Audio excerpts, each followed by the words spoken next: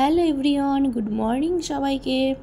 তো বুধ চতুর্দশীর অনেক অনেক শুভেচ্ছা জানিয়ে আজকের ভিডিওটা শুরু করলাম। ভিডিওটা একটু ইন্টারেস্টিং হতে চলেছে, তো চলো আমার সঙ্গে ভিডিওটা তোমাদের সঙ্গে শেয়ার করে নিচ্ছি। তো দেখো, সকালবেলা উঠেই আমি বেরিয়ে পড়েছি। আমি আছি আজ আমার গ্রামের বাড়িতে, মানে আমার বাবার বাড়িতে। তো দেখো, আমি বেরিয়ে পড়েছি 14 শাক জোগাড় করতে। তো আমরা কিন্তু বাড়ি থেকেই, আশপাশ থেকেই তুলে নিই, কারণ আমাদের বাড়ির পাশেই সব চাষবাস জমি।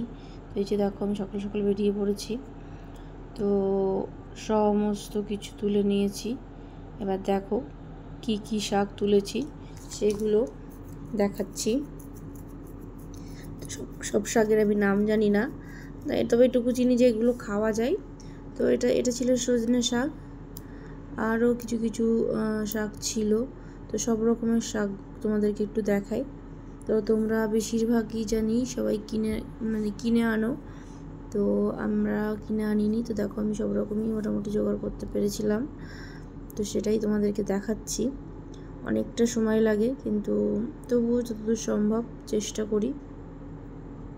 দেখো, লাউ পাতা, চাল কুমড়ো পাতা, লাল শাক, তারপরে কাটা নোটে শাক, তারপর তেলাকচুর পাতা, উচ্ছে পাতা, আর এটাকে কী যেন নাম বলে আমি জানি না। তো যাই হোক কয়েকটা। তারপরে এটা ছিল মূলো শাক, তারপরে ছিল সর্ষে শাক, তারপরে তেলাকচু, তারপরে পটলের পাতা। তো এরকম কিছু কিছু অনেক কিছুই জোগাড় করে ফেলেছিলাম। তো তোমাদের কাদের কাদের মধ্যে এই নিয়মটা আছে, 14 শাককে 14 প্রদীপ দিতে হয়? তো আমাকে একটু প্লিজ কমেন্ট করে জানিও যে কাদের মধ্যে এমন নিয়ম আছে। এটা হচ্ছে কালী পুজোর আগের দিন।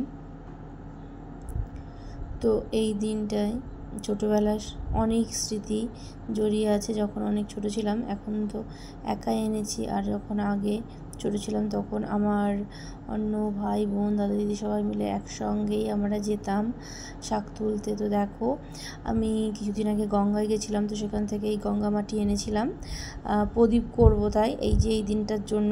তো দেখো, মাটিগুলো প্যাকেটের মধ্যে ছিল, প্লাস্টিকের মধ্যে, তো সেইভাবেই আছে, মানে একদম ঝোলো ঝোলো।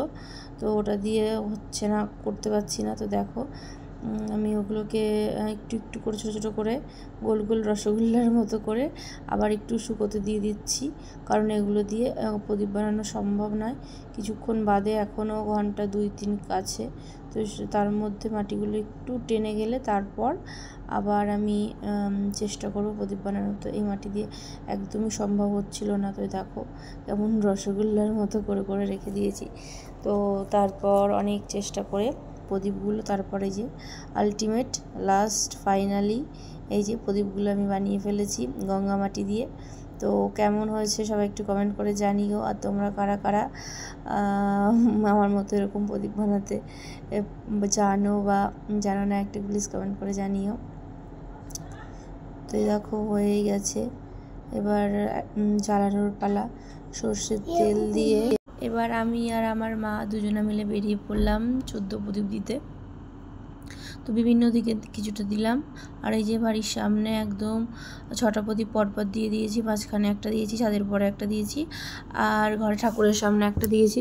তো দেখো, এবার এই যে আমার ছেলে আর একটা বোন ছিল, তো ওরা সব বাজি ফাটাচ্ছে।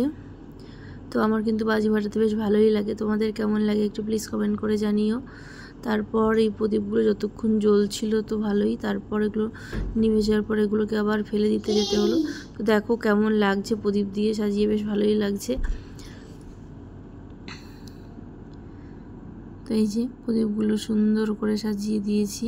তো কেমন লাগছে একটু প্লিজ জানিও। আর তোমরা কারা এরকমভাবে সাজাও একটু প্লিজ কমেন্ট করে জানিও।